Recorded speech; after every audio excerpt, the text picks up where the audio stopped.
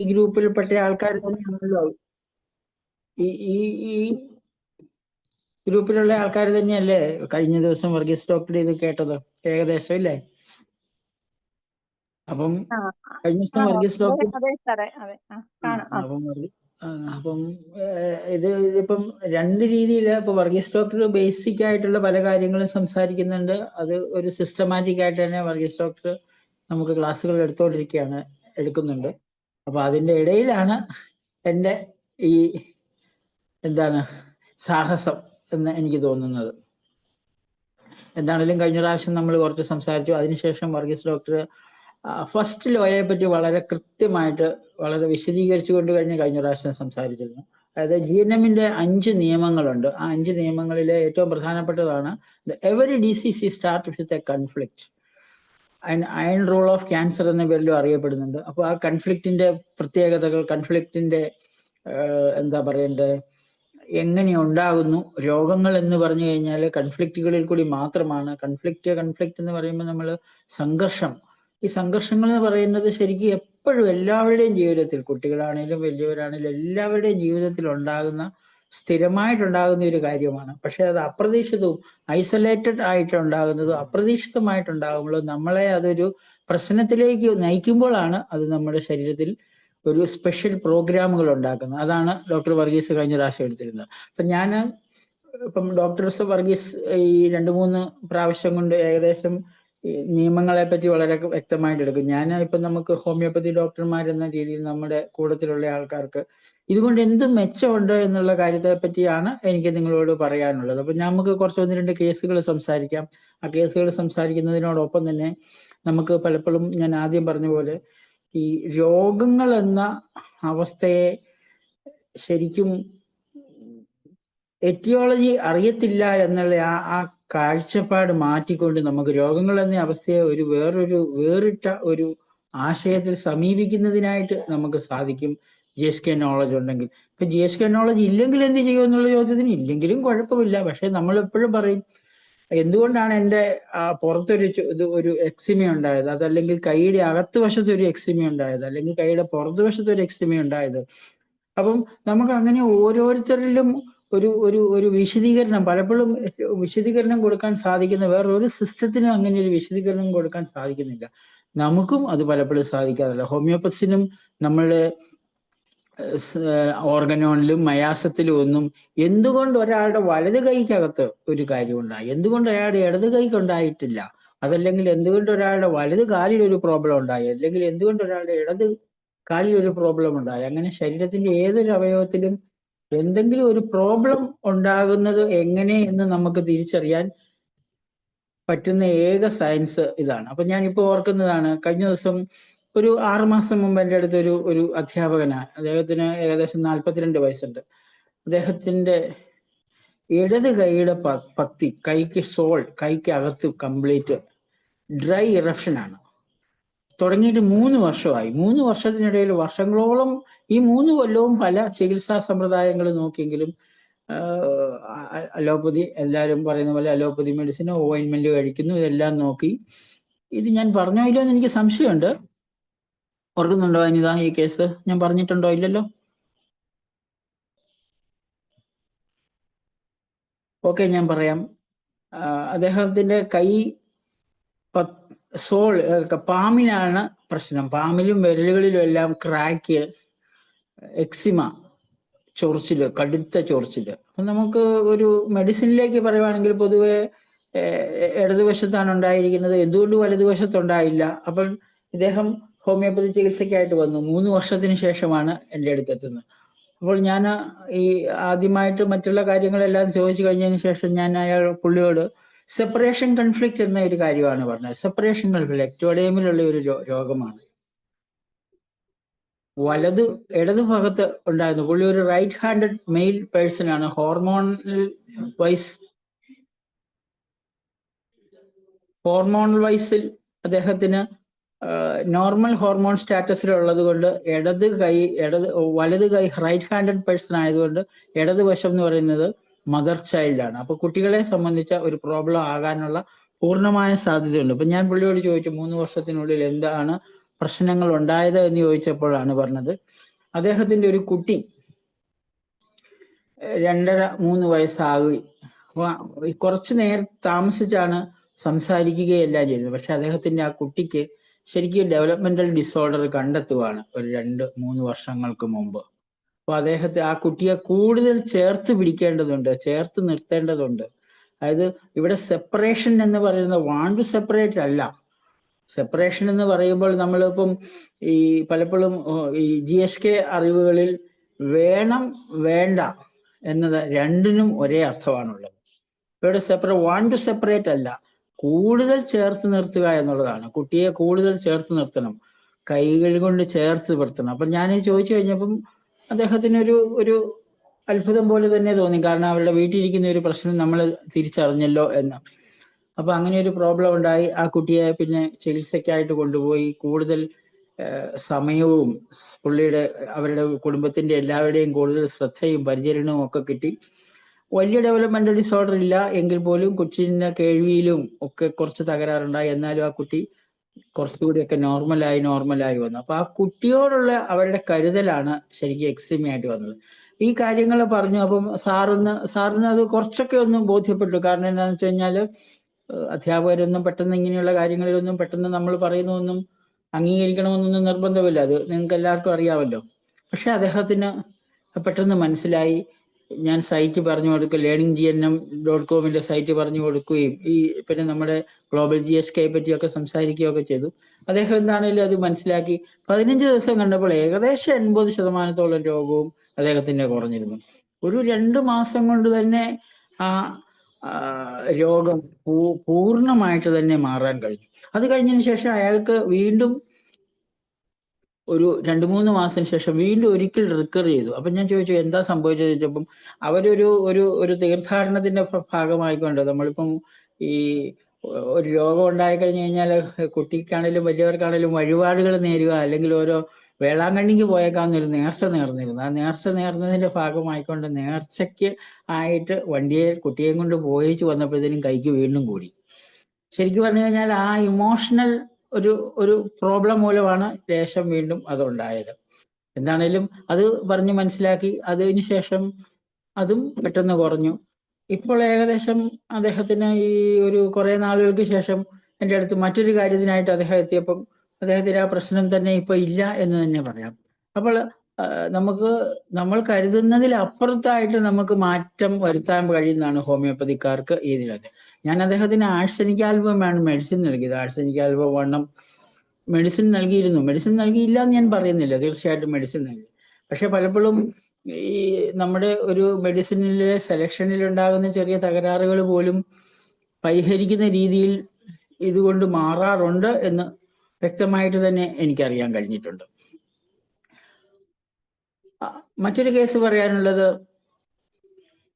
ഒരു കുട്ടിക്ക് 22 വയസ്സുള്ള ഒരു പെൺകുട്ടിക്ക് റൈറ്റ് ഓവറിയിൽ റൈറ്റ് ഓവേറിയൻ സിസ്റ്റ് ആയിട്ട് വന്നു. അപ്പൊ അത് ഉണ്ടായിട്ട് ഏകദേശം 1.5-2 വർഷത്തോളമായി. അപ്പോൾ ആ കുട്ടി നഴ്സിംഗിന് പഠിച്ചുകൊണ്ടിരിക്കുന്നതാണ്, BSc നഴ്സിംഗിന് പഠിക്കുന്ന ഒരു കുട്ടിയായിരുന്നു. അദ്ദേഹം അവർക്ക് ഈ ഒരു കംപ്ലൈന്റ് ഉണ്ടാകുമ്പം മെൻസ്ട്രൽ ഡിസോർഡറും അതിനോടൊപ്പമുള്ള ഇതിന് സാധാരണഗതിയിൽ ഉണ്ടാകുന്ന മറ്റ് തകരാറുകളുണ്ടായി. അൾട്രാസൗണ്ട് എടുത്തപ്പോഴാണ് മനസ്സിലായത് ഒരു സിസ്റ്റാണ് എന്ന്. റൈറ്റ് ഓവറിൽ ഈ കുട്ടി എൻ്റെ അടുത്ത് വരുമ്പോൾ, ആദ്യമായിട്ട് വരുമ്പോൾ 22 വയസ്സുള്ള ആ പെൺകുട്ടി വരുന്ന സമയത്ത്, നഴ്സിംഗ് പഠിക്കുന്ന കുട്ടി, അതിൻ്റെ ചേട്ടത്തിയും ആയിട്ടാണ് വരുന്നത്. പക്ഷെ ഞാനപ്പോൾ പറഞ്ഞത്, ഓവറിയിൽ എന്തെങ്കിലും ഉണ്ടാകണമെങ്കിൽ പ്രൊഫൗണ്ട് ലോസ് എന്ന ഒരു കൺസെപ്റ്റ് ഉണ്ടെങ്കിൽ മാത്രമേ ഓവറിയിൽ എന്തെങ്കിലും ഉണ്ടാകുള്ളൂ. പ്രൊഫൗണ്ട് ലോസ്, അത് ഓസ്പ്രിങ് ആയിരിക്കണം. പക്ഷെ എന്തുകൊണ്ട് ഈ പെൺകുട്ടിയുടെ വിവാഹിതയായ കുട്ടിയല്ല, ഓസ്പ്രിങ് ഒരിക്കലും നഷ്ടപ്പെട്ടിട്ടില്ലല്ലോ, വിവാഹം കഴിച്ചിട്ടില്ലല്ലോ, മകളില്ലല്ലോ, പിന്നെ അല്ലെങ്കിൽ പെറ്റാകാം, അതല്ലെങ്കിൽ മറ്റെന്തെങ്കിലും ആകാം. പക്ഷെ അങ്ങനെ ഒരു ഹിസ്റ്ററി ഒന്നും ലഭിച്ചതേയില്ല. ഞാൻ കുറച്ചു സമയം അതും ഇതുമൊക്കെ ചോദിച്ചെങ്കിലും അവരുടെ ഭാഗത്തു നിന്നും യാതൊരു വിധത്തിലുള്ള ഒരു ലോസ് എന്ന ഒരു അവസ്ഥയെ പറ്റി ഒരിക്കലും ഒരു റിപ്പോർട്ടും കിട്ടിയില്ല. രണ്ടുപേരും കൂടി ഞാൻ കുറച്ച് കൂടുതൽ സമയം തന്നെ ചോദിച്ചു, എന്തെങ്കിലും ഫ്രണ്ട്സിന്റെ ലോസോ അല്ലെങ്കിൽ കുട്ടികൾ ഇവർക്ക് കസിൻസ് അതല്ലെങ്കിൽ വീട്ടിൽ എന്തെങ്കിലും പെറ്റ്, ഇതെല്ലാം ലോസിൽ പെടുന്നതാണ്, പ്രൊഫൗണ്ട് ലോസിൽ പെടുന്നതാണ്. പക്ഷെ യഥാർത്ഥത്തിൽ പ്രൊഫൗണ്ട് ലോസ് വരുമ്പോൾ ലെഫ്റ്റ് സൈഡിലാണ് ശരിക്കും വരേണ്ടത്, വീട്ടിലുള്ള ആരെങ്കിലും ആണ്. പക്ഷെ ഈ കുട്ടിക്ക് റൈറ്റ് സൈഡിലുണ്ടായിരുന്നു. റൈറ്റ് സൈഡ് എന്ന് പറയുമ്പോൾ പാർട്ട്ണറുടെ സൈഡാണ്, പക്ഷെ റൈറ്റ് സൈഡിലാണ് വന്നത്. അതും ഒരു എന്താ നമുക്കൊരു സംശയത്തിന്റെ ഒരു നിഴൽ വരുന്നു. പക്ഷെ എന്തൊക്കെ വന്നു കഴിഞ്ഞാലും ലോസ് എന്ന ഒരു കൺസെപ്റ്റ് അവിടെ നഷ്ടപ്പെടുന്നില്ല. പ്രൊഫൗണ്ട് ലോസ് എന്ന കൺസെപ്റ്റ് ഒരിക്കലും പോവില്ല.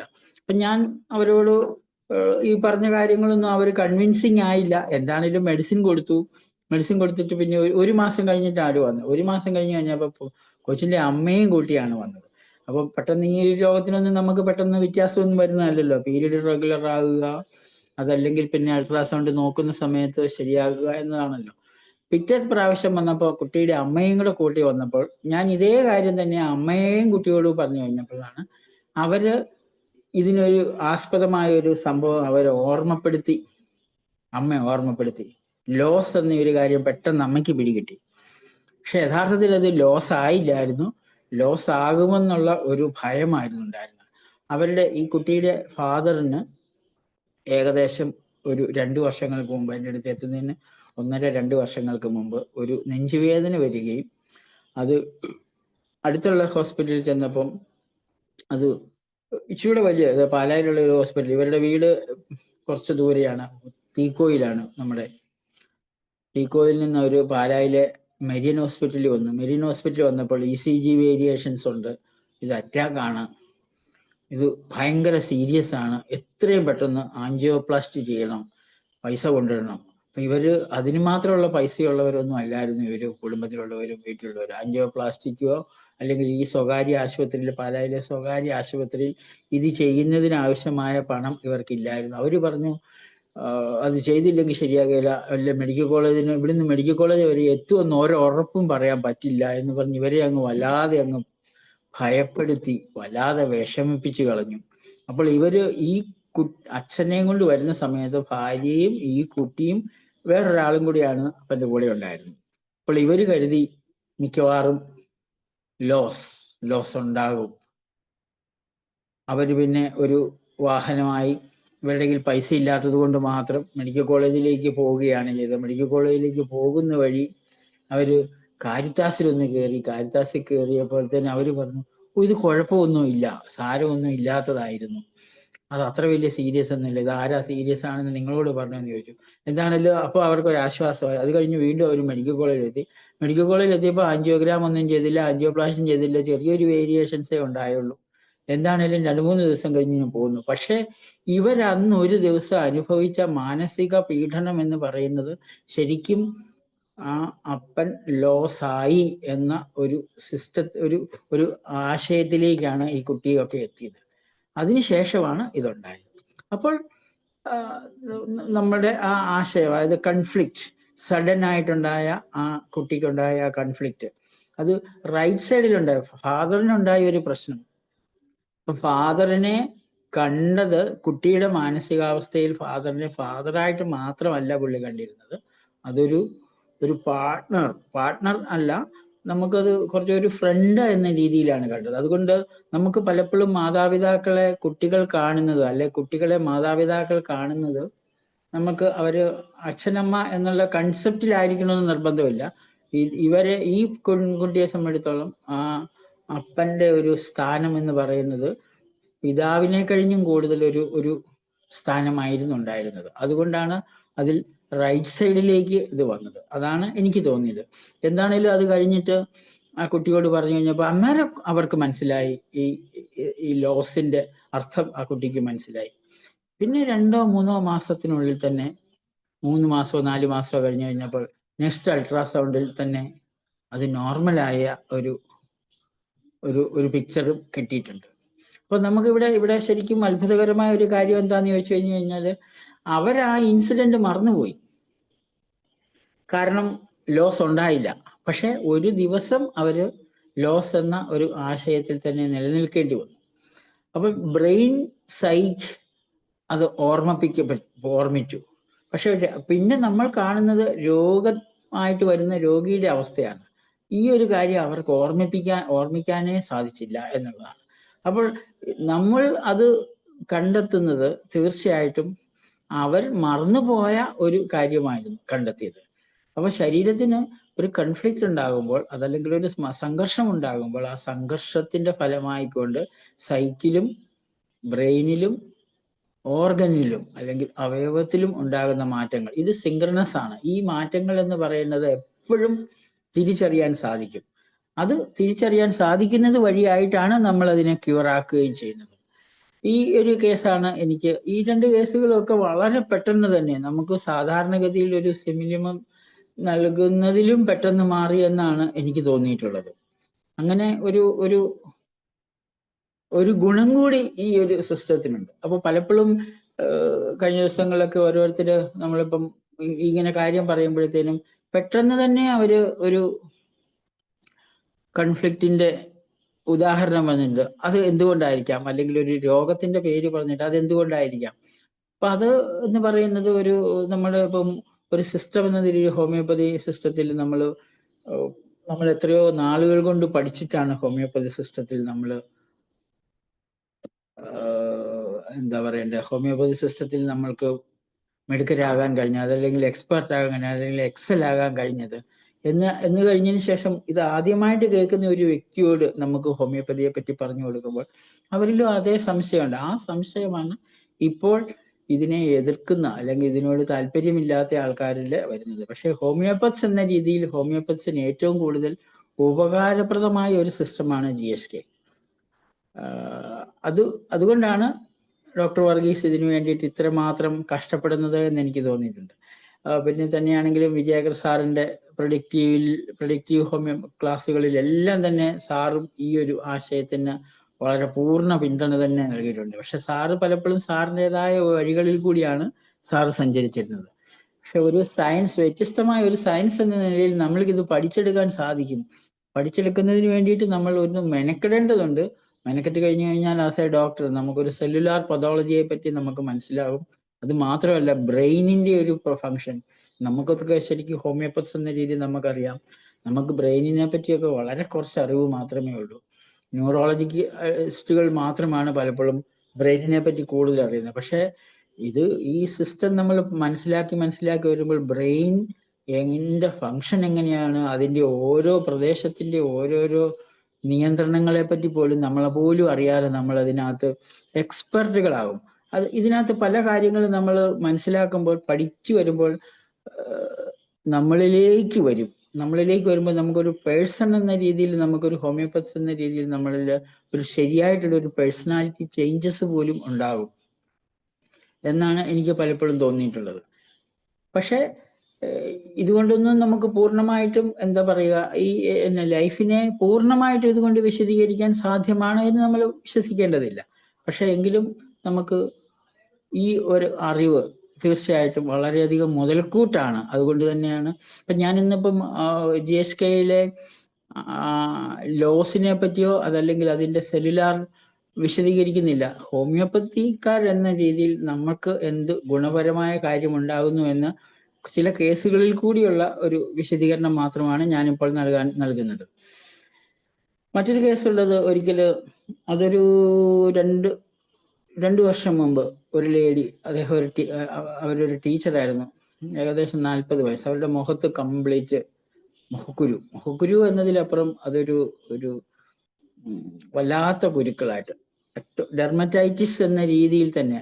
അതേസമയം അക്ടോപിക് ഡെർമറ്റൈറ്റിസ് എന്നല്ല, അക്നി വൾഗാരിസ് എന്നാണ് അവരതിന് പേരിട്ടിരിക്കുന്നത്. പക്ഷെ വല്ലാതെ വരുന്നു, നെറ്റിയിലും കവിളിലും ഒക്കെ വന്നിട്ട് പോകുന്നു. അവരതിന് ചില ഓയിൻമെന്റുകളൊക്കെയാണ് ഉപയോഗിച്ചുകൊണ്ടിരുന്നത്. ഓയിൻമെന്റുകളൊന്നും ഇന്ത്യൻ മെയ്ഡ് അല്ല കേട്ടോ, വളരെ വിലയേറിയ. ഏകദേശം അവർക്ക് മുഖത്തെ ഓയിൻമെന്റിന് ഒരു മാസം അവരെന്നോട് പറഞ്ഞത് 7000 രൂപയോളം ആകുമായിരുന്നു അത്രേ ഓയിൻമെന്റ്. ഈ ഓയിൻമെന്റിൽ സപ്രസ് ചെയ്തും ഓയിൻമെന്റ് കൊണ്ട് ഇതിനെ നിൽക്കുകയാണല്ലേ.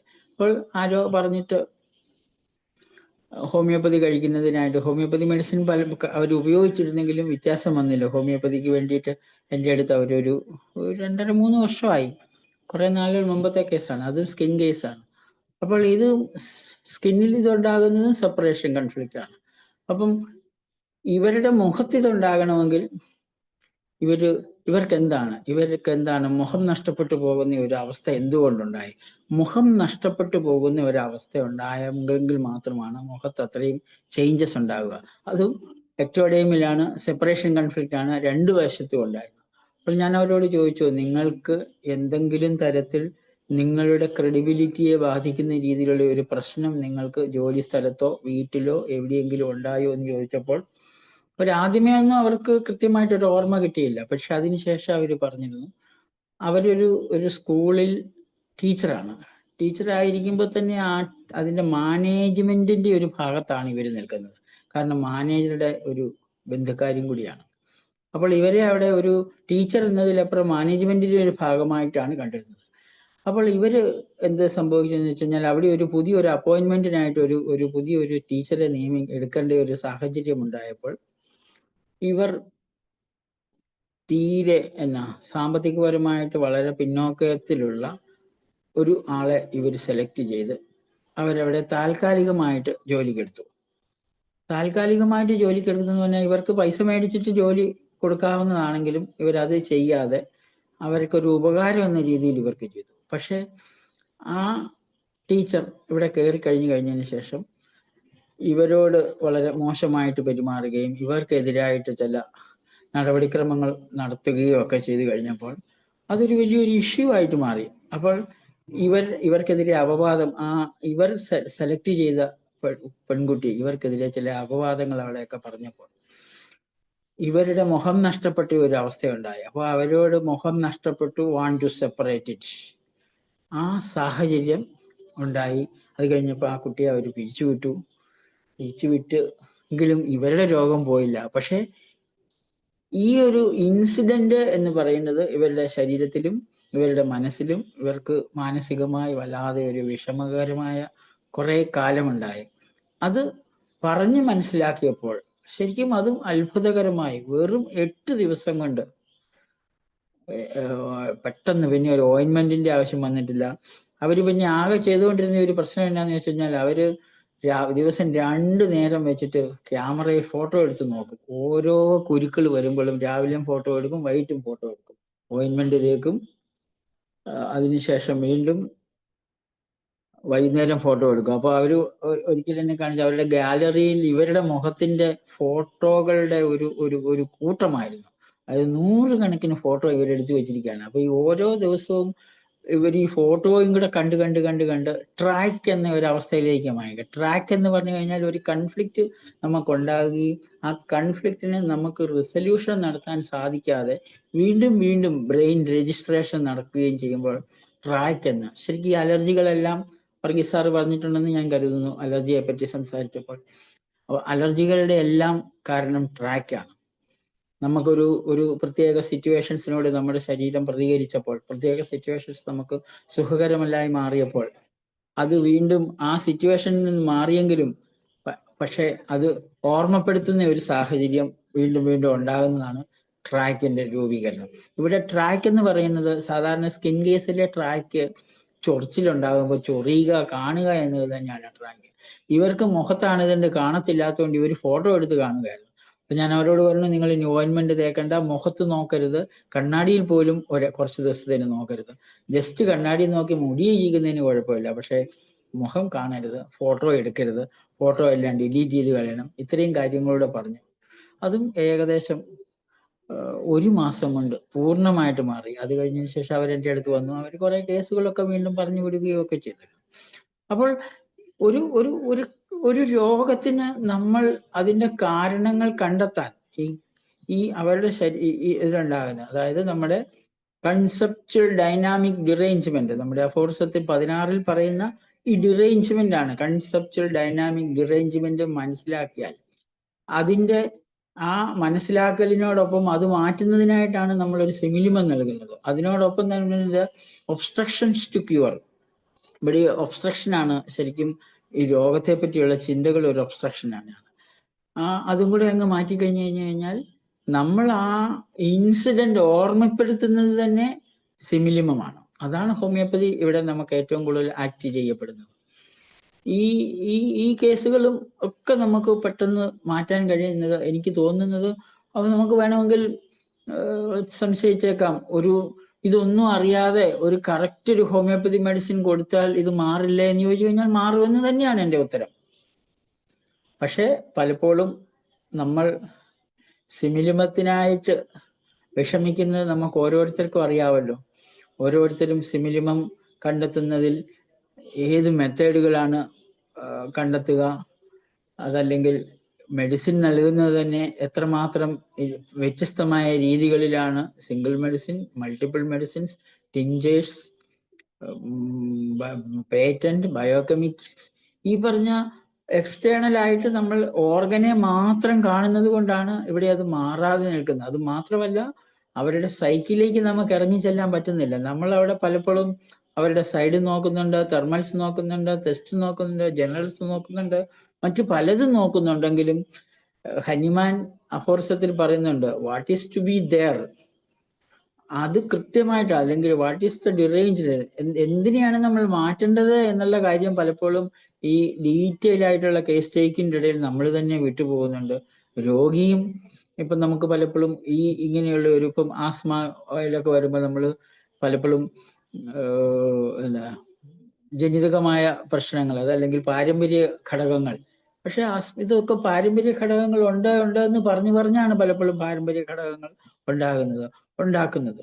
അതൊരു പാരമ്പര്യ ഘടകം വലിയ തോതിൽ ഇല്ല എന്ന് തന്നെയാണ് കഴിഞ്ഞ ദിവസത്തെ ക്ലാസ്സിൽ വർഗീസ് ഡോക്ടർ അസന്നിഗ്ധമായിട്ട് തന്നെ പറഞ്ഞു, ജനിതകമായിട്ടും പാരമ്പര്യമായിട്ടും പലതും വരുന്നില്ല. പക്ഷെ ചില രോഗങ്ങൾ, പ്രത്യേകിച്ചും DMD-യിൽ അങ്ങനെ കാണുന്നുണ്ട്, അതല്ലെങ്കിൽ ഹീമോഫീലിയയിൽ അങ്ങനെ കാണുന്നുണ്ട്. പിന്നെ അതിനെപ്പറ്റി കൂടുതലായിട്ട് ഞാൻ തർക്കിക്കാനൊന്നുമില്ല. പക്ഷെ എങ്കിൽ പോലും ചില കാര്യങ്ങളിൽ അങ്ങനെ കണ്ടിട്ടുണ്ട് എന്ന് നമ്മൾ കാണുന്നുണ്ട്. ഇപ്പൊ നമ്മൾ 3 കേസോളം സംസാരിച്ചു. ഇനി ഒരു കേസൂടെ ഞാൻ പറയാം. അതൊരു ഈസോഫാജിയൽ ക്യാൻസർ ആയിരുന്നു. ഈസോഫാജിയൽ ക്യാൻസറിന്റെ അതിന്റെ കൺഫ്ലിക്റ്റ് ഹീലിംഗ് ഫേസിലാണ്. എന്ന് പറഞ്ഞു കഴിഞ്ഞാൽ ഈസോഫാജിയൽ ക്യാൻസർ ആയിട്ട് ആ രോഗിയെ ഞാൻ ഒരിക്കലും കാണുന്നില്ല. ആ രോഗി ഏകദേശം ഭക്ഷണമൊന്നും കഴിക്കത്തില്ലാത്ത കോട്ടയം മെഡിക്കൽ കോളേജിൽ നിന്നും അവരെ ഉപേക്ഷിച്ചു വിട്ടിരിക്കുകയാണ്. തീരെ മെലിഞ്ഞു പോയി, ഇനിയിപ്പം ഒന്നുമില്ല, അതല്ലെങ്കിൽ ഓപ്പറേറ്റ് ചെയ്യണം. അപ്പൊ ഇവർക്ക് സാമ്പത്തികപരമായിട്ട് തീരെ ഒന്നുമില്ല. അവരുടെ വീട് നെടുങ്കണ്ടത്തിനപ്പുറത്ത് കുറച്ച് ദൂരെയാണ്. വെള്ളം മാത്രം ഇച്ചിരിച്ചേ കുടിക്കും. അപ്പോൾ ഒരു എൻഡോസ്കോപ്പി പരിശോധനയിൽ അൾസറേറ്റഡ് രൂപമാണുള്ളത്, ഈസോഫാജസിലെ ഒരു അൾസറേഷൻ ഉണ്ടെങ്കിൽ നമുക്ക് മനസ്സിലാക്കാം, രണ്ടാമത്തെ നിയമം അനുസരിച്ചിട്ട് ഹീലിംഗ് ഫേസിലാണെന്ന് മനസ്സിലാക്കാം. പക്ഷെ അവിടെ ഒരു ട്യൂമർ ഫോർമേഷൻ ഉണ്ടായി. ആ ട്യൂമർ ഫോർമേഷനെ നമുക്ക് ഹീല് ചെയ്യേണ്ടതുണ്ട്. അതിനൊരു ഹോമിയോപ്പതി മെഡിസിൻ തീർച്ചയായിട്ടും നമുക്ക് ആക്ട് ചെയ്യും. അതിനോടൊപ്പം അവരെ ചികിത്സിക്കുന്നതിന് നമുക്കിപ്പം മരണാസന്നയായ ഒരു രോഗിയെ ചികിത്സിക്കുമ്പോൾ തീർച്ചയായിട്ടും നമുക്ക് വല്ലാത്തൊരു പ്രശ്നമുണ്ട്, നമ്മുടെ അടുത്ത് വെച്ചിട്ട് മരിച്ചു പോകുമോ ഇല്ലയോ എന്നുള്ള. പക്ഷെ നമുക്കതിനെ വളരെ നന്നായിട്ട് മാനേജ് ചെയ്യാൻ പറ്റും. ഞാൻ അവരുമായിട്ട് നേരിട്ട് സംസാരിച്ചില്ലെങ്കിലും വീഡിയോ കോളിൽ കൂടി സംസാരിച്ചു. അപ്പൊ അവരുടെ പ്രശ്നം എന്ന് പറയുന്നത് എന്താണ് അവർക്ക് അക്സെപ്റ്റ് ചെയ്യാൻ പറ്റാത്തത്, എന്താണ് അവർക്ക് വിഴുങ്ങാൻ സാധിക്കാത്ത, സ്വാളോയിങ്ങിനെ വിഴുങ്ങാൻ പറ്റാത്ത ഒരു പ്രോബ്ലം എന്താണെന്ന് ചോദിച്ചു കഴിഞ്ഞാൽ അത് അവരുടെ മകനായി. മകൻ കള്ളു കുടിച്ചിട്ട് വന്ന് ഭയങ്കര ബഹളം ഉണ്ടാക്കും, ഭർത്താവ് മരിച്ചുപോയി, മകൾ വിവാഹിതയായി വേറൊരിടത്താണ്, പിന്നെ മകൻ മാത്രമാണ്. മകന്റെ ഒരു സ്വഭാവം വല്ലാതെ മദ്യപാനിയാണ്. അതുകൊണ്ട് ഒരു വീട്ടിൽ ഒറ്റയ്ക്ക് താമസിക്കുന്നു. മകനും കുടുംബവും അടുത്ത് തന്നെ താമസിക്കുന്നു. മകൻ കള്ളു കുടിച്ചിട്ട് വരുന്നത്, എൻ്റെ അടുത്ത് മരുന്നിന് വരുന്നത് പോലും നല്ല മണമായിട്ടാണ്.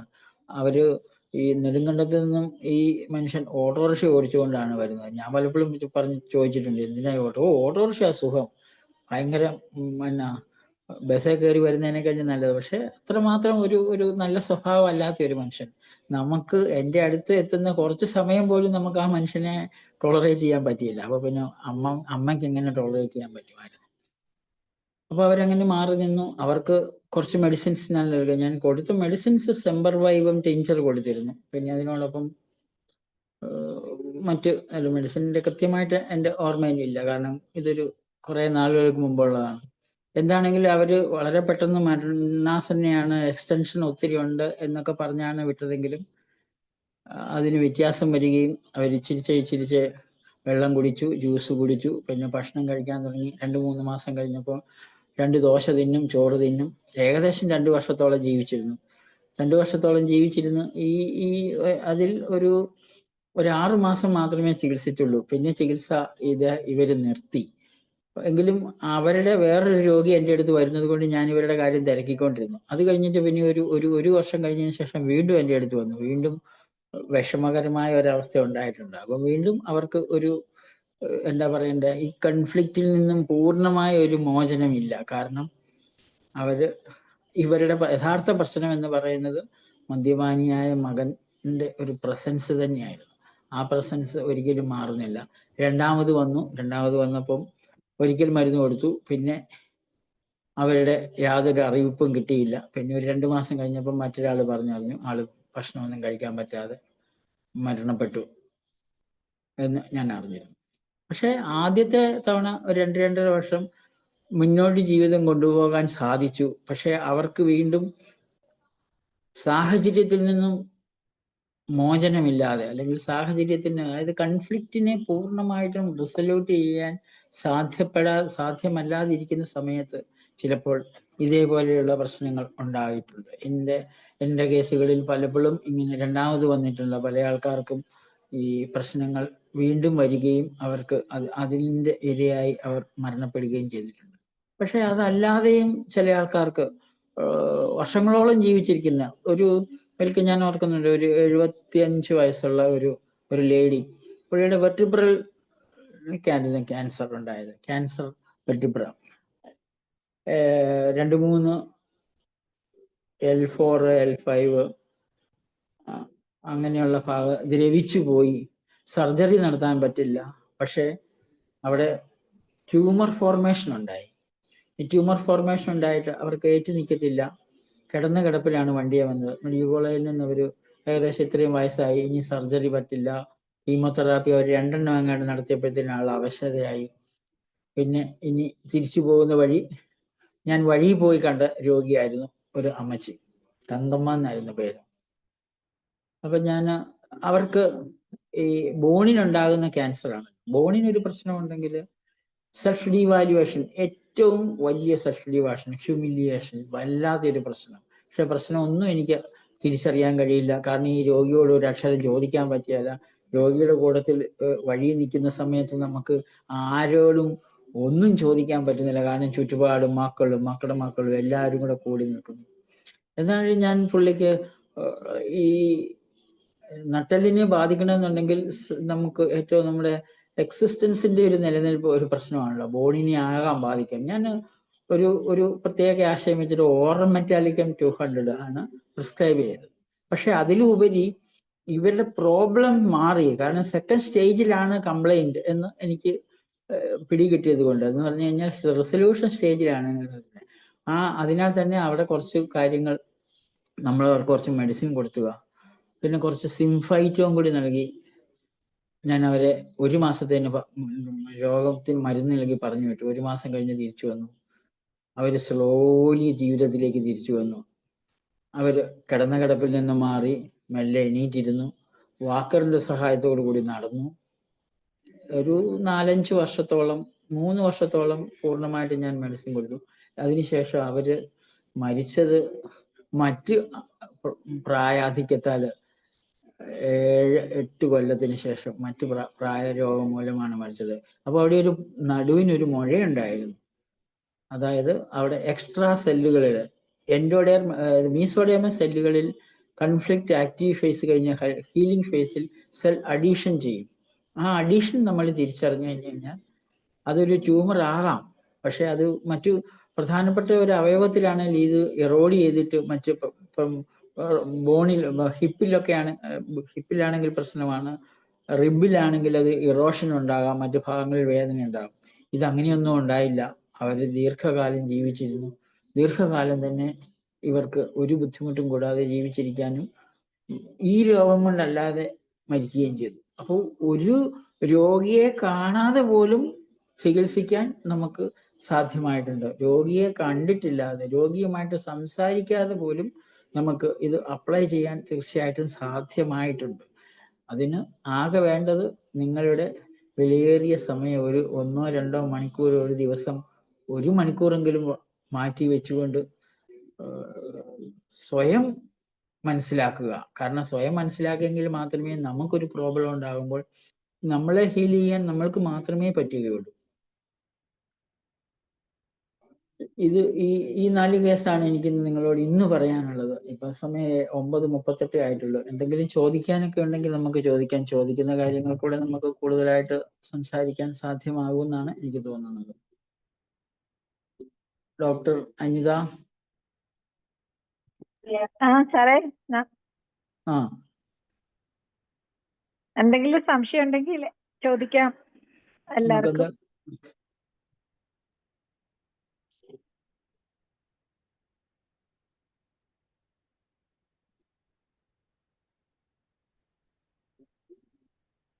സാറേ, ഈ ഓട്ടിസം കേസിന്റെ ഒക്കെ കോൺഫ്ലിക്റ്റ് എന്താ വരിക? ഓട്ടിസം ശരിക്കും അത് നമുക്ക് ഇത് ഒരു വളരെ അഡ്വാൻസ് ആയിട്ടുള്ള ഒരു കാര്യമാണ് ഓട്ടിസം. കാരണം എന്താന്ന് വെച്ച് കഴിഞ്ഞാല് അത്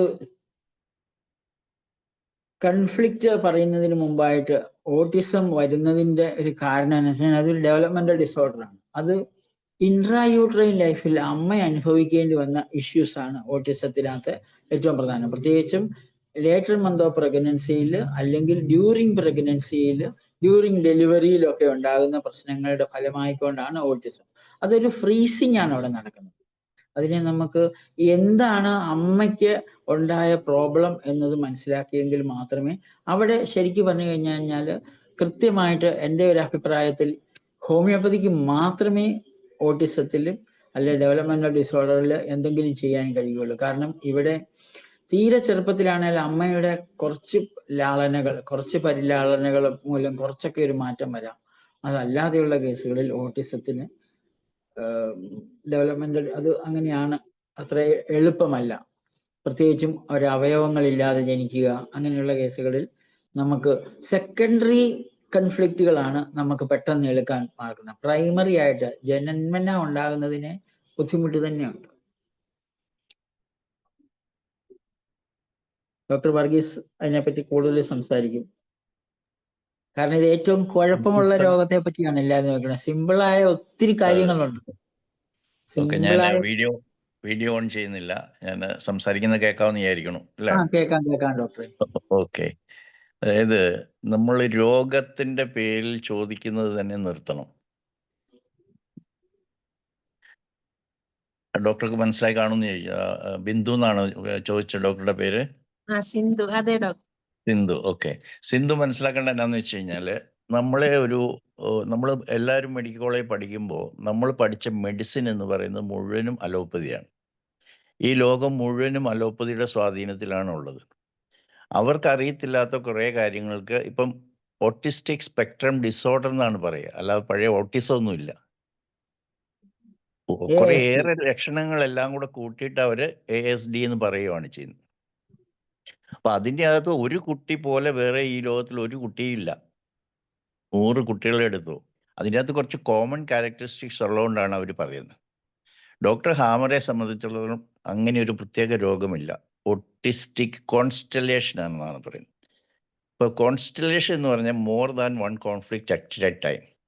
അത് ആ കുട്ടിയിലുള്ളതാകണമെന്ന് നിർബന്ധമില്ല. മോസ്റ്റ് ഓഫ് ദി കേസസ് നമ്മൾ കൺജനൈറ്റൽ എന്നും ഹെറിഡിറ്ററി എന്നും ജനറ്റിക് എന്നും ഒക്കെ പറയുമ്പോൾ അവർ ജസ്റ്റ് മേക്കിംഗ് ഹൈപ്പോത്തിസാണ്. ഹൈപ്പോത്തിസിസിലൂടെ ഒരു കാര്യം എക്സ്പ്ലെയിൻ ചെയ്യാനായിട്ട് അവർ ശ്രമിക്കുവാണ്. ഇതൊന്നും സ്റ്റാൻഡ് ചെയ്യുന്ന കാര്യമല്ല. കാരണം ആരും തിരിച്ച് ചോദിക്കാത്തതുകൊണ്ട് ഇതൊക്കെ ഇങ്ങനെ നടക്കുന്നു, ജനങ്ങളെല്ലാം അത് വിശ്വസിക്കുന്നു എന്ന് മാത്രമേ ഉള്ളൂ.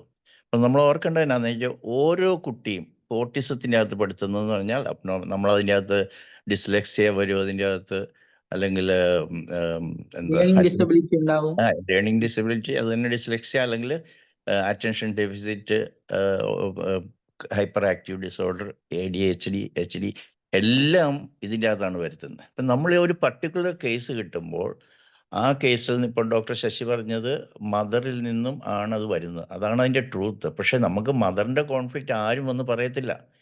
ഈ കുട്ടിയെ കൊണ്ട് വലയുന്ന വിഷമിക്കുന്ന അമ്മയാണ് നമ്മളോട് വന്ന് പറയുന്നത്. അപ്പോൾ ആ കുട്ടി കാണിക്കുന്ന ഇപ്പം ഹിയറിങ് ഡെഫിഷ്യൻസി ഉണ്ട്, അല്ലെങ്കിൽ ഡിസ്ലെക്സിയ ഉണ്ട്, പഠിക്കാൻ അല്ലെങ്കിൽ കോൺസെൻട്രേഷൻ ഇല്ല. അപ്പോൾ അതിൻ്റെ അകത്ത് പല കോൺഫ്ലിക്റ്റുകളും കൂടിയാണ് വരുന്നത്. ഫ്ലൈയിങ് കോൺസ്റ്റലേഷൻ ഉണ്ട്, അതിൽ പല കോൺഫ്ലിക്റ്റുകളും കൂടെ മിക്സ് ആയിട്ടാണ് വരുന്നത്. അപ്പം നമുക്ക് ഓരോ ലക്ഷണങ്ങളിലൂടെ കാണിക്കുന്ന ലക്ഷണങ്ങളിൽ നമുക്ക് ബാക്ക് ട്രാക്ക് എന്നാണ് പറയുന്നത്. ബാക്ക് ട്രാക്ക് ചെയ്ത് കഴിയുമ്പം ഇതെല്ലാം നിങ്ങൾക്കുണ്ടായിരുന്നില്ലേ.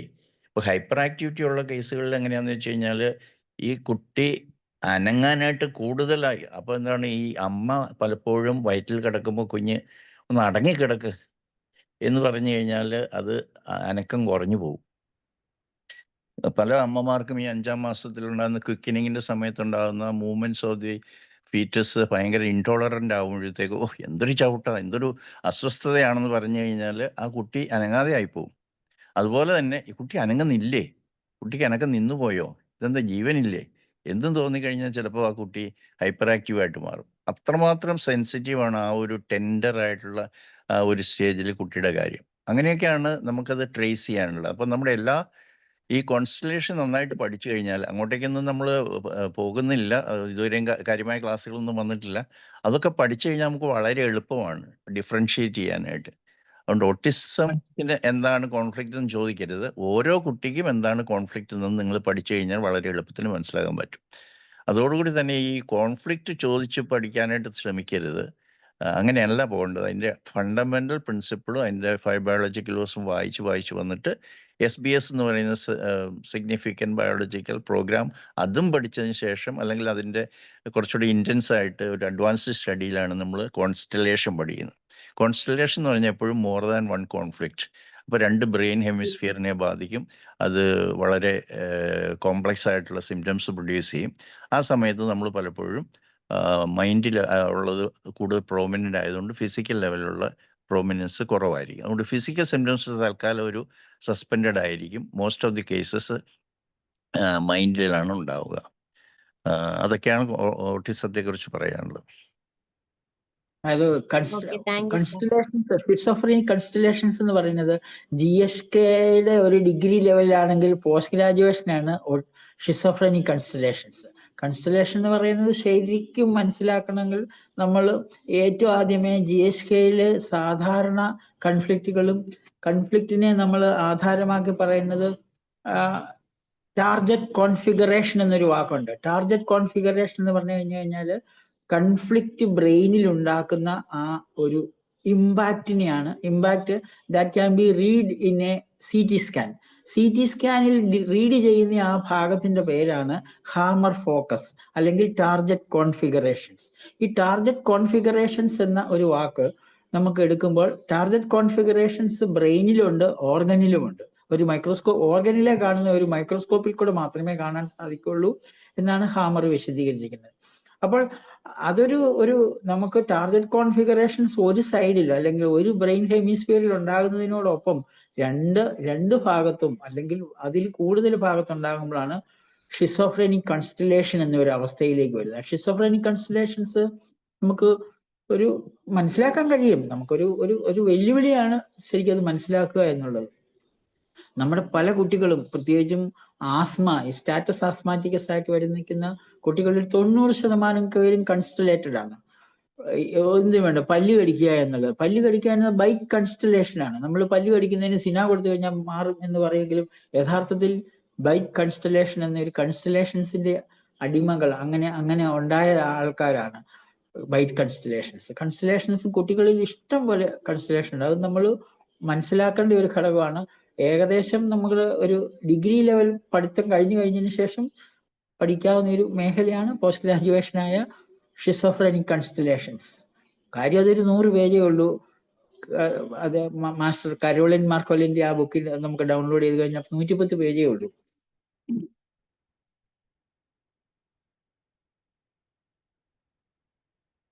108 പേജേ ഉള്ളൂ. ഇങ്ങനെ ഒരു ഹെഡിങ് ഉണ്ട്, ഷിസോഫ്രെനിക് കൺസ്റ്റലേഷൻസ് എന്ന് പറഞ്ഞു. Okay. Any more questions? Dr. Anita? ആ സാറേ, വേറെ ആരെങ്കിലും ചോദിക്കാനുണ്ടോ?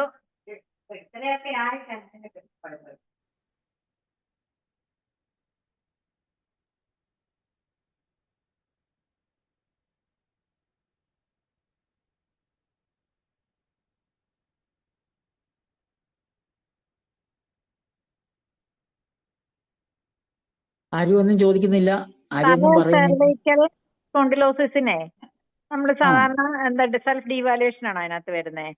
അതെ, കണക്റ്റീവ് ടിഷ്യൂ ഡിസോർഡേഴ്സ് ആണ്. കണക്റ്റീവ് ടിഷ്യൂസ് എവിടെയെല്ലാം ഉണ്ടോ അവിടെയെല്ലാം നമുക്ക് ആ രീതിയിൽ കണ്ടാൽ മതി. കാരണം നമുക്ക് എക്ടോഡേമൽ ഡിസോർഡർ ഉണ്ട്, മീസോഡേർമൽ ഉണ്ട്, എൻഡോഡേർമൽ ഡിസോർഡേഴ്സ് ഉണ്ട്. നമുക്കിപ്പോൾ ഈ മൂന്നാമത്തെ ലോയിനകത്താണ് ഈ നമുക്ക് ഏത് ജനറേറ്റീവ് ഓർഗൻസിലല്ല, ജെർമിനൽ ലെയർ, ഓരോ ജെർമിനൽ ലെയറിലും ഓരോ രോഗങ്ങളാണ് ഉണ്ടാകുന്നത്. ആ ജെർമിനൽ ലെയറിനെ പറ്റി പഠിക്കുമ്പോൾ എക്ടോഡെർമലിൽ ഉണ്ടാകുന്ന നമുക്ക് സെപ്പറേഷൻ കൺഫ്ലിക്ട്, സെക്ഷൽ കൺഫ്ലിക്ട്, ടെറിട്ടോറിയൽ കൺഫ്ലിക്ട്, ഇങ്ങനെ മൂന്ന് കൺഫ്ലിക്റ്റ് ആണുള്ളത്. അതിൽ കണക്റ്റീവ് ടിഷ്യൂ ഡിസോർഡറിലാണ് സെൽഫ് ഡീവാലുവേഷൻ എന്ന ഒരു അവസ്ഥ കൂടുതൽ ഉണ്ടാകുന്നത്. അത് പക്ഷെ ഒരു ഓർഗനെ എടുക്കുമ്പോൾ ഇപ്പം കിഡ്നി കളക്ടിങ് ട്യൂബ്യൂൾസിലാണെങ്കിൽ കണക്റ്റീവ് ടിഷ്യൂസ് ആണെങ്കിൽ പോലും അവിടെ ഫ്ലൂയിഡ് കൺസ്റ്റലേഷൻസ്, അതുപോലെ തന്നെ മറ്റ് പറഞ്ഞിരിക്കുന്ന കൺസ്റ്റലേഷൻസ് ഒക്കെ എല്ലാം വരുന്നുണ്ട്. എങ്കിലും ഏറ്റവും കൂടുതൽ നമ്മുടെ കണക്റ്റീവ് ടിഷ്യൂ സംയോജക കലകൾ, അതിൽ ബോൺ ടിഷ്യൂസ് അല്ലെങ്കിൽ ഫാറ്റ് ടിഷ്യൂസ്, അതല്ലെങ്കിൽ ടെൻഡൻസ്, ഇതെല്ലാം കണക്റ്റീവ് ടിഷ്യൂ ആണ്. കണക്റ്റീവ് ടിഷ്യൂസ് ഡിസോർഡറിൽ ഒരു വ്യക്തി ഒരു പ്രത്യേക സെൽഫ് ഡീവാലുവേഷനെ എങ്ങനെയാണ് സ്വീകരിക്കുന്നത് എന്നതിനെ ആസ്പദമാക്കിയിട്ടാണ് അവർക്ക് ഉണ്ടാകുന്നത്. അതിനോടൊപ്പം തന്നെ പലപ്പോഴും ഈ കണക്റ്റീവ് ടിഷ്യൂ ഡിസോർഡറിനോടൊപ്പം തന്നെ പ്രത്യേകിച്ച് സ്ത്രീകളിൽ കൂടുതൽ കാണാറുള്ളതാണ് തൈറോയിഡ് ഡിസോർഡറും കൂടെ, തൈറോയിഡിന്റെ പ്രോബ്ലം കൂടെ ഇതിനോടൊപ്പം ഉണ്ടാകും. കാരണം സെൽഫ് ഡീവാലുവേഷൻ ഉണ്ടായി കഴിയുമ്പോൾ ഞാൻ ആത്മവിശ്വാസമില്ലാത്ത, എനിക്കിതൊന്നും നേടിയെടുക്കാൻ പറ്റാത്തയാളായി മാറുന്നു എന്ന് വരുമ്പോഴത്തേനും, അതായത് morsel, I am not fast enough to catch the morsel. അതാണ് ആ തൈറോയിഡിന്റെ ഡിസോർഡറിലെ ഏറ്റവും പ്രധാനപ്പെട്ട ആ പോയിന്റ് എന്ന് പറയുന്നത്. I am not fast enough to catch the morsel. ഇപ്പോൾ ഒരു മത്സര പരീക്ഷയിൽ ജയിക്കാൻ സാധ്യതയില്ലല്ലോ എന്ന് ചിന്തിക്കുന്ന ഒരാൾ, അത് മത്സര പരീക്ഷ മാത്രമല്ല, ജീവിതത്തിൽ തന്നെ എൻ്റെ വിജയം സാധ്യമാണോ, അല്ലെങ്കിൽ എനിക്കിത് കിട്ടുമോ, അല്ലെങ്കിൽ എനിക്ക് നല്ല രീതിയിൽ എന്തെങ്കിലും ഒരു അവസരം കിട്ടുമോ, ആ പ്രോബ്ലംക്കൊക്കെ കൂടുതൽ വരുമ്പോൾ I am not fast enough. അപ്പൊ അവിടെ അവർ സെൽഫ് ഡീവാലുവേഷന്റെ വേറൊരു തലമാണ്. അവരിൽ ഹൈപ്പോ തൈറോയിഡിസമോ ഹൈപ്പർ തൈറോയിഡിസമോ, അതിലെ മോസ്റ്റ് പ്രോബബ്ലി ഹൈപ്പോ തൈറോയിഡിസമാണ് ഉണ്ടാകുക. അപ്പൊ അങ്ങനെയുള്ള വ്യക്തികളിൽ ഈ ഹൈപ്പോ തൈറോയിഡിസത്തിനോടൊപ്പം തന്നെ കണക്റ്റീവ് ടിഷ്യൂസിൽ സെൽഫ് ഡീവാലുവേഷൻ, അത് ഇന്റലക്ച്വൽ സെൽഫ് ഡീവാലുവേഷൻ ഉണ്ടാകുമ്പോഴാണ് സെർവൈക്കൽ സ്പോണ്ടൈലോസിസ് വരുന്നത്. Cervical spondylosis, intellectual self devaluation. Support, lack of support വരുമ്പോൾ ലംബാർ സ്പൈനിലാണ് പ്രശ്നം ഉണ്ടാകുന്നത്. അപ്പോൾ അതൊക്കെ നമുക്ക് കുറച്ച് ഒറ്റയടിക്ക് ഇതെല്ലാം കൂടെ മനസ്സിലാക്കാൻ സാധിക്കുമാണോ എന്നുള്ള ഒരു ചോദ്യത്തിന് എളുപ്പമല്ല. നമ്മൾ പോവുക എന്ന് മാത്രമേ പറയാനുള്ളൂ. Okay sir.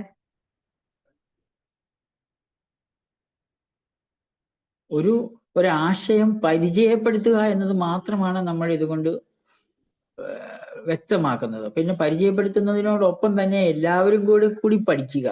അതുകൊണ്ടാണ് ആ സൈറ്റിന്റെ പേര് തന്നെ learninggmm.com എന്നുള്ളത്.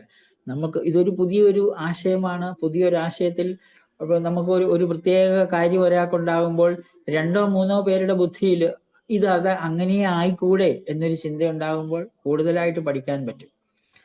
അപ്പോൾ നമുക്കിപ്പം എപ്പോഴും ഇതിപ്പം അംഗീകൃതമായ ഒരു ടെക്സ്റ്റ് ബുക്കുകളോ, ഇപ്പം ഈ 1-2 ബുക്കുകൾ ഒഴിച്ച് ബാക്കിയുള്ളവരാരും തന്നെ, ബിയോണ്ട് എബിലിന്റെ the psychic root of disease എന്ന ഒരു പുസ്തകമുണ്ട്. ഞാൻ അനിതയ്ക്ക് അയച്ചു തന്നിട്ടില്ലേ, ഓർക്കുന്നുണ്ടോ?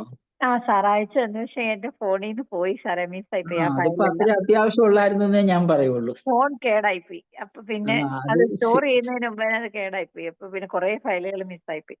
ആ കൂട്ടത്തിൽ അതും പോയി. ഞാൻ പിന്നെ സിന്ധു ഡോക്ടറിനോട് ചോദിച്ചായിരുന്നു, സിന്ധു ഡോക്ടറെ ഉണ്ടെങ്കിൽ ഒന്ന് ഷെയർ ചെയ്യണേന്ന് പറഞ്ഞേ.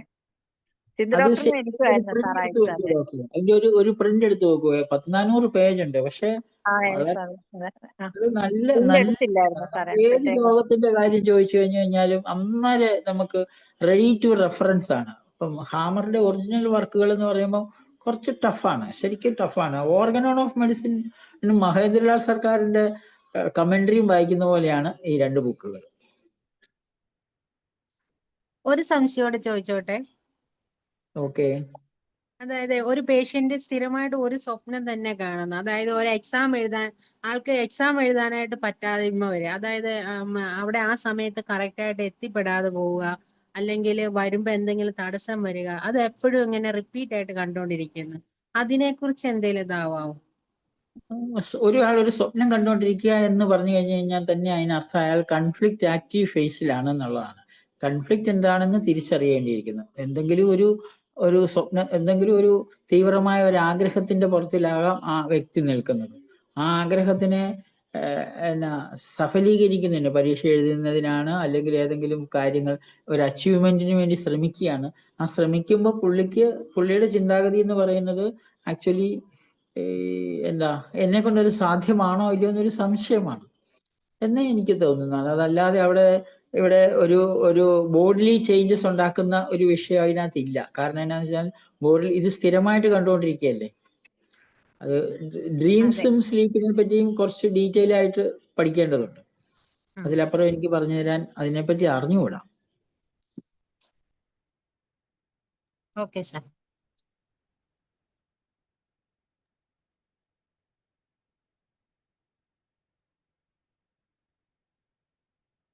അപ്പൊ ഡോക്ടറെ പറഞ്ഞ പോലെ തന്നെ 9:54 നമുക്ക് വേണമെങ്കിൽ നമുക്ക് നിർത്തിയേക്കാം. വേറെ ആർക്കും സംശയം ഇല്ലാന്നുണ്ടെങ്കിൽ സാറേ നമുക്ക് സംശയമില്ല. പക്ഷെ ബാക്കിയുള്ള 6 മിനിറ്റ് നമുക്ക് കളയണ്ട. സാറ് അതിനുവേണ്ടി ഡോക്ടർ ശശിധരന് വല്ലാതെ കൺഗ്രാജുലേറ്റ് ചെയ്യുവാണ്. വളരെ നല്ല ക്ലാസ് ആയിരുന്നു. ഒത്തിരിയധികം പങ്കെടുത്ത ചുരുക്കം പേരാണെങ്കിൽ അവരെ ഇതിലേക്ക് ഇനീഷ്യേറ്റ് ചെയ്യാനായിട്ട് തീർച്ചയായിട്ടും അദ്ദേഹത്തിന് സാധിച്ചു. അതുകൊണ്ട് ഡോക്ടർ ശശിധരൻ നമുക്കൊരു വിലപ്പെട്ട ഒരു ഫാക്കൽറ്റി ആയിട്ട് മാറുവാണ്. അടുത്ത 13-ാം തീയതി, അതായത് അടുത്ത ബുധനാഴ്ച നമ്മൾ ചരിത്രപരമായ പ്രാധാന്യമുള്ള ഒരു സംഭവം നടക്കുകയാണ്. നമ്മളെ ഹോമിയോപ്പതി രംഗത്ത്, അതായത് നിങ്ങൾക്കറിയാവുന്ന പോലെ ഞാൻ ISKയുടെ ആദ്യകാല നേതാവൊക്കെ ആയിരുന്നു, അല്ലെങ്കിൽ അതിനകത്ത് പ്രവർത്തിച്ചു. പക്ഷേ ISKയുടെ വേദിയിലും പിന്നീട് എന്നെ പേറ്റണാക്കിയ IFPHന്റെ വേദിയിലും ഒന്നും പറഞ്ഞിട്ട് ആർക്കും ഇതങ്ങോട്ട് ഉൾക്കൊള്ളാൻ പറ്റുന്നില്ല. ആ ഒരു ഘട്ടത്തിൽ നിന്ന് മാറി 13-ാം തീയതി 26 faculty members, all are very senior doctors like Sasidharan, എല്ലാ സ്റ്റേറ്റിലും മാത്രമല്ല വിദേശത്തുള്ളവരുണ്ട്. അതിൻ്റെ അകത്ത് മെമ്പേഴ്സ് ഉണ്ട്. അബുദാബിയിൽ നിന്നുള്ളവരുണ്ട്, ദുബായിൽ നിന്നുള്ളവരുണ്ട്, UK നിന്നുള്ളവരുണ്ട്. ഇവരെല്ലാവരും കൂടി 26 ഡോക്ടേഴ്സിൻ്റെ നേതൃത്വത്തിൽ ക്ലാസ് തുടങ്ങുകയാണ്. ഇതിലേക്ക് നിങ്ങളെ ക്ഷണിക്കുകയാണ്. ഇതിൽ മെമ്പർഷിപ്പ് എടുക്കാന്ന് പറഞ്ഞാൽ വളരെ നോമിനലായിട്ടുള്ള ഫീസ് മാത്രമാണ്. 1 വർഷത്തേക്ക് മെമ്പർഷിപ്പാണ്. ആ 1 വർഷത്തേക്ക് മെമ്പർഷിപ്പ് എടുക്കുമ്പോൾ നിങ്ങൾക്ക് ഇതുവരെ നമ്മൾ നടത്തിയിട്ടുള്ള മുഴുവൻ വീഡിയോസും അക്സസിബിൾ ആണ് ഒരു മെമ്പേഴ്സിന്. 1 വർഷത്തേക്ക് ഇതിൽ കയറാനുള്ള സാധ്യത ഉണ്ട്. ഇതിനോട് എല്ലാവരും സഹകരിക്കണം. എല്ലാവരും നിങ്ങളുടെ ഫ്രണ്ട്സിനൊക്കെ ഇതിൻ്റെ ഇമ്മീഡിയറ്റ്ലി ഞങ്ങൾ ഈ ഇലക്ട്രോണിക് ബ്രോഷർ ശരിയാക്കിയിട്ടുണ്ട്. നാളെ മറ്റന്നാളൊക്കെ ആയിട്ട് നിങ്ങളുടെ കയ്യിലെത്തും. അപ്പോൾ അതെല്ലാവരും ഷെയർ ചെയ്യുക. ഹോമിയോപ്പതി ഡോക്ടേഴ്സിന് യഥാർത്ഥത്തിൽ ജനങ്ങളുടെ അടുത്ത് ഒരു മോറലി എന്താ പറയണ്ടേ, പ്രിക്ക് ഓഫ് കോൺഷ്യൻസ്, ഗിൽറ്റ് ഒന്നും ഇല്ലാതെ നമ്മൾ ഹോമിയോപ്പതി ഉപയോഗിച്ചുകൊണ്ട് ജനങ്ങളെ സഹായിക്കണമെങ്കിൽ തീർച്ചയായിട്ടും GNM പഠിച്ചിരിക്കണമെന്നുള്ള ബോധ്യമുള്ള ഒരാളാണ് ഞാൻ. അതുകൊണ്ടാണ് ഞാൻ ഈ ഒരു സമയം കൂടെ എന്നെ ശ്രമിക്കുന്ന കുറച്ച് പേരോട് ഈ കാര്യം പറയുന്നത്. എല്ലാവരിലും ഈ അറിവ് എത്തിക്കണം. അത് ചില കോൺഫ്ലിക്റ്റ് ചോദിക്കുന്നിടത്തൊന്നും തീരുന്നില്ല. അത് വളരെ ആഴത്തിൽ പഠിക്കേണ്ട, ഒരു മെഡിക്കൽ കോളേജ് ചേർന്ന് പഠിക്കുന്ന പോലെ ആഴത്തിലുള്ള വിഷയങ്ങൾ തന്നെയാണ്. അതുകൊണ്ട് എല്ലാവരെയും ഈ കോഴ്സിലേക്ക് ക്ഷണിക്കുന്നു. നിങ്ങൾ നിങ്ങളുടെ സുഹൃത്തുക്കളോട് പറയുകയും ചെയ്യണം. പിന്നെ ഒരു ചെറിയൊരു കറക്ഷൻ പറയുകയാണ്. അതായത് ഡോക്ടർ ശശിധരൻ പറയുന്ന 2ാമത്തെ കേസ്, ഒരു ലേഡി മുഖക്കുരു അക്നി വൾഗാരിസും അതിന് വേണ്ടിയിട്ട് കോൺസ്റ്റൻ്റ് ആയിട്ട് ഓയിൻമെൻറ്റ് പുരട്ടുകയും, വില പിടിച്ച ഓയിൻമെൻറ്റ് പുരട്ടുകയും, എന്നും ദിവസത്തിൽ പല പ്രാവശ്യം കണ്ണാടി നോക്കുകയും ചെയ്യുന്ന ആ ആൾക്ക് എൻ്റെ മുഖം നഷ്ടപ്പെട്ടു എന്നുള്ളതിനേക്കാളും കൂടുതൽ എന്താണെന്ന് വെച്ച് കഴിഞ്ഞാൽ അത് സെപ്പറേഷൻ കോൺഫ്ലിക്റ്റ് ആകുമ്പോൾ എപ്പിഡെർമിസിലാണ് വരിക. സ്കിന്നിന് ത്രൂ ഔട്ട് 2 ലെയർ ഉണ്ട്. നമ്മൾ പാലക്കാരും കേരളക്കാരും ഒക്കെ ആകുമ്പോൾ എല്ലാവർക്കും മരച്ചീനി അറിയാമല്ലോ, മരച്ചീനി കപ്പ.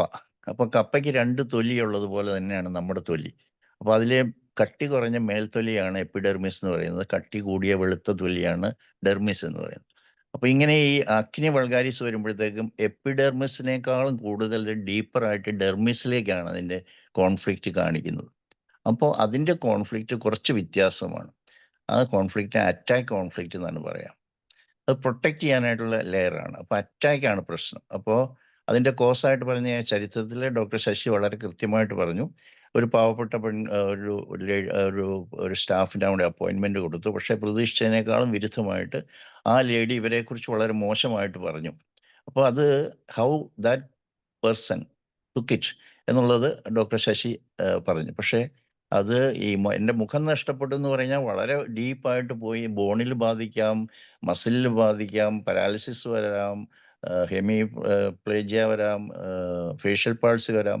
അങ്ങനെ വളരെ ഡീപ്പായിട്ടുള്ളതൊക്കെ വരുന്നതും ഐ ലോസ്റ്റ് മൈ ഫേസ് ആണ്. ഇവിടെ അറ്റാക്ക് കോൺഫ്ലിക്റ്റ് അത് തന്നെ ഡിസ്ഫിഗർമെൻറ്റ് കോൺഫ്ലിക്റ്റ് എന്നാണ് പറയുക.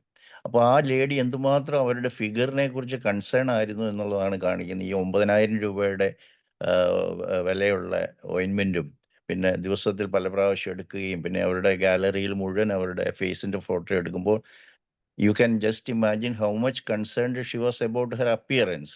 അപ്പോൾ ഡിസ്ഫിഗർമെൻറ്റ് കോൺഫ്ലിക്റ്റ് എന്നുള്ളതിനാണ് നമുക്ക് കൂടുതൽ വാല്യൂ കൊടുക്കേണ്ടത്. ഇതൊക്കെ നമുക്ക് മനസ്സിലാക്കാനായിട്ട് നമ്മൾ വളരെ സിൻസിയറായിട്ട് ആഴത്തിൽ GNM പഠിക്കുമ്പോൾ നമുക്ക് മനസ്സിലാവും. അപ്പോൾ സെപ്പറേഷൻ കോൺഫ്ലിക്റ്റ് ആകുമ്പോൾ എന്താണെന്ന് വെച്ചാൽ എപ്പിഡെർമിസ് ആകുമ്പോൾ അതിൻ്റെ സിംറ്റംസ് ഹീലിങ്ങിൽ എന്താ സംഭവിക്കണമെന്ന് വെച്ച് കഴിഞ്ഞാൽ ഇച്ചിങ് ഉണ്ടാവും. അക്നി വൾഗാരിസിന് അധികം ഇച്ചിങ് അല്ല ഉണ്ടാവുക. അപ്പോൾ അതുകൊണ്ട് ആ ഇച്ചിങ് കുറവാകുകയും തീർച്ചയായിട്ടും ഡോക്ടർ ശശി കണ്ട കേസാണ്. അപ്പോൾ അതുകൊണ്ട് തീർച്ചയായിട്ടും അവിടെ ഡിസ്കളറേഷൻ ഉണ്ടാവും. ഓയിൻമെൻറ്റ് പുരട്ടുമ്പോഴെല്ലാം നമ്മുടെ മനസ്സിൽ പറയുകയാണ്, ആ പേഷ്യൻ്റ് പറയുകയാണ് എൻ്റെ മുഖം വികൃതമായിരിക്കുന്നു, ഐ ലോസ്റ്റ് മൈ ഫേസ് എന്നൊക്കെ നമുക്ക് പറയാം. എൻ്റെ മുഖം വൃത്തികെട്ട് പോയി. അന്നേരം എന്താണ്, ഓരോ ദിവസവും ഓയിൻമെൻറ്റ് അപ്ലൈ ചെയ്യുമ്പോൾ അവരുടെ ഡിസ്ഫിഗർമെൻറ്റ് മോശമായിക്കൊണ്ടിരിക്കും. ഓരോ ദിവസവും ഫോട്ടോ എടുക്കുമ്പോൾ, ഓരോ ദിവസം കണ്ണാടി നോക്കുമ്പോൾ, ഓരോ നിമിഷവും കണ്ണാടി നോക്കുമ്പോൾ അവരുടെ കോൺഫ്ലിക്റ്റ് പിന്നെയും കൂടിക്കൊണ്ടിരിക്കുകയാണ്. ഇതിനെയാണ് നമ്മൾ കോൺഫ്ലിക്റ്റ് ഹാങ്ങിങ് എന്ന് പറയുന്നത്. അപ്പോൾ അത് മനസ്സിലാക്കി കഴിഞ്ഞ് കഴിഞ്ഞാൽ അവരോട് ശശി ഡോക്ടർ പറഞ്ഞ വളരെ ക്ലാസിക്കലായിട്ടുള്ള ഉപദേശമാണ്. ഞാൻ ഇത് തന്നെയാണ് പറയുന്നത്, don't look at the mirror എന്ന് തന്നെയാണ് പറയുന്നത്. മുഖത്തെക്കുറിച്ചുള്ള ടോട്ടലി അവരുടെ ചിന്തകൾ മാറിക്കഴിഞ്ഞാൽ അന്നേരം അത് നിൽക്കും. ഓരോ ഓയിൻമെൻറ്റും വേണ്ട, ഓരോ സമയം ഓയിൻമെൻറ്റ് പുരട്ടുമ്പോൾ അത് കൂടിക്കൊണ്ടിരിക്കും. ഓയിൻമെൻറ്റ് നിർത്താൻ പറഞ്ഞതും വളരെ സൂപ്പറായിട്ടുള്ള ഇൻസ്ട്രക്ഷനാണ്. രണ്ടാമത് കണ്ണാടി നോക്കരുത്, ഫോട്ടോ എടുക്കരുത്, ഗാലറി ഡിലീറ്റ് ചെയ്യുക. ഇതൊക്കെ തന്നെ വളരെയധികം അതിൻ്റെ ആഴത്തിലേക്ക് പോയിട്ടുള്ള ഉപദേശങ്ങളാണ്. അങ്ങനെ നമ്മൾ ഓരോ രോഗത്തെയും പഠിച്ചു കഴിഞ്ഞാൽ അതിൻ്റെ പേരൊന്നും കൊടുക്കണ്ട, വൾഗാരിസ്. കാരണം അങ്ങനെ ഓരോരോ വ്യക്തിയും ഓരോ രീതിയിലാണ്. അവിടെയാണ് നമ്മുടെ ഹോമിയോപ്പതി വരുന്നത്. അപ്പോൾ നമ്മുടെ ഹോമിയോപ്പതിയും GHKയും കൂടി ലോകത്തിലെ 1ാം സ്ഥാനം നേടിയെടുക്കാനായിട്ട് സാധിക്കുമെന്നുള്ള പരിപൂർണ വിശ്വാസത്തിലാണ് ഡോക്ടർ ശശി പറഞ്ഞ ഇതിന് വേണ്ടിയിട്ട് ഇറങ്ങി പുറപ്പെട്ടിരിക്കുന്നത്. കാരണം നമുക്കുള്ള ജീവിതകാലത്ത് നമുക്ക് ചെയ്യാൻ പറ്റുന്ന ഏറ്റവും വലിയ സേവനമാണ്. കാരണം എത്രയോ ഡോക്ടർമാർ എത്രയോ രോഗികളെ ഓരോ ദിവസവും കൈകാര്യം ചെയ്യുന്നു. അപ്പോൾ അവരുടെ അടുത്തേക്ക് അലോപ്പതിക്കാർ പറയുന്ന പോലെ മണ്ടൻ വിട്ടി എക്സ്പ്ലനേഷൻസ് പറയാതെ ജെന്യുവിനായിട്ടുള്ള യാഥാർത്ഥ്യത്തിലുള്ള കാര്യങ്ങൾ പറയാനായിട്ട് നമ്മളെ പ്രാപ്തരാക്കും ഈ അറിവ്. അതുകൊണ്ടാണ് ഞാൻ വീണ്ടും വീണ്ടും എല്ലാവരോടും പറയുന്നത്, ഇത് പഠിക്കണം. അങ്ങനെ നമുക്ക് ഹോമിയോപ്പതിയുടെ ഫൗണ്ടേഷൻ GSKയിലാക്കിയാൽ homeopathy can become the number 1. ആ ഉദ്ദേശത്തോടു കൂടിയാണ് ഞങ്ങൾ ഈ കോഴ്സിന് പേരിട്ടിരിക്കുന്നത് GHK ബേസ്ഡ് ഹോമിയോപ്പതി മാസ്റ്ററി,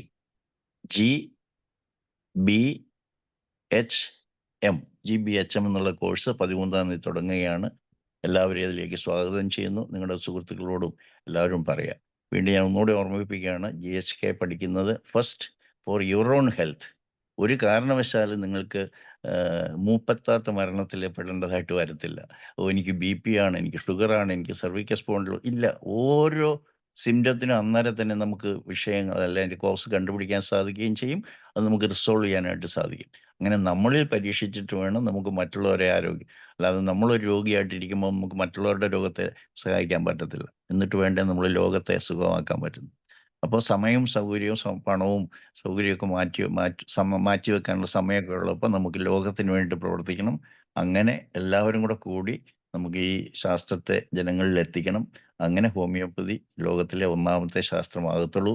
ഇന്നത്തെ രീതി പോയാൽ വളരെയധികം, നിങ്ങൾക്കൊക്കെ അറിയുമോ എന്ന് അറിയത്തില്ല, വളരെയധികം പെർസെൻറ്റേജ് ഓഫ് യങ്ങർ ജനറേഷൻ നമ്മൾ പഠിപ്പിച്ചതെല്ലാം നിരാശയിലാണുള്ളതെന്ന് നിങ്ങൾക്കറിയാം. നിങ്ങളുടെ സുഹൃത്തുക്കൾ, ബന്ധുക്കളൊക്കെ ഹോമിയോപ്പതിയിലേക്ക് നമ്മളെയൊക്കെ കണ്ടുകൊണ്ട് വന്നവരൊക്കെ നിരാശയിൽപ്പെടുവാണ്. അപ്പോൾ അങ്ങനെയുള്ള സാഹചര്യത്തിൽ നിന്നൊക്കെ മാറ്റിയെടുക്കാനായിട്ട് നമുക്ക് സാധിക്കണം. ഹോമിയോപ്പതി പഠിക്കുന്നവർക്ക് കോൺഫിഡൻസ് കൊടുക്കണം. അങ്ങനെ നമുക്ക് തീർച്ചയായിട്ടും നല്ലൊരു ഭാവി ഉണ്ടാവും. ഞാൻ ഒരിക്കൽ കൂടി അനിതയ്ക്ക് നന്ദി പറയുകയാണ്. അനിത ഡോക്ടർ എടുക്കുന്ന സേവനത്തിന് ഒരു നടപടിക്ക് വലിയ നന്ദിയുണ്ട്. ഡോക്ടർ ശശി തീർച്ചയായിട്ടും നമുക്കൊരു വലിയ ടീച്ചറായിട്ട് വരും, യാതൊരു സംശയമില്ല കേട്ടോ. Okay, congratulations. Thank you. Thank you sir. നമ്മുടെ ഇത്രയും നല്ലൊരു സെഷൻ നമുക്ക് എടുത്തു തന്ന ശശിധരൻ ഡോക്ടറിന്, അതുപോലെ നമുക്ക് വീണ്ടും വീണ്ടും നമ്മുടെ അറിവുകൾ കൂട്ടിക്കൂട്ടി തരുന്ന നമ്മുടെ CJ രവി സാറിനും, അതുപോലെ നമ്മുടെ ഇന്നത്തെ ക്ലാസ്സിൽ അറ്റൻഡ് ചെയ്ത എല്ലാ ഡോക്ടേഴ്സിനും, ഡോക്ടേഴ്സ് അല്ലാത്തവർക്കും എല്ലാവർക്കും നന്ദി ഒരിക്കൽ കൂടെ അറിയിച്ചുകൊണ്ട് ഇന്നത്തെ സെഷൻ നമുക്ക് എൻഡ് ചെയ്യാം. Thank you all. Good night.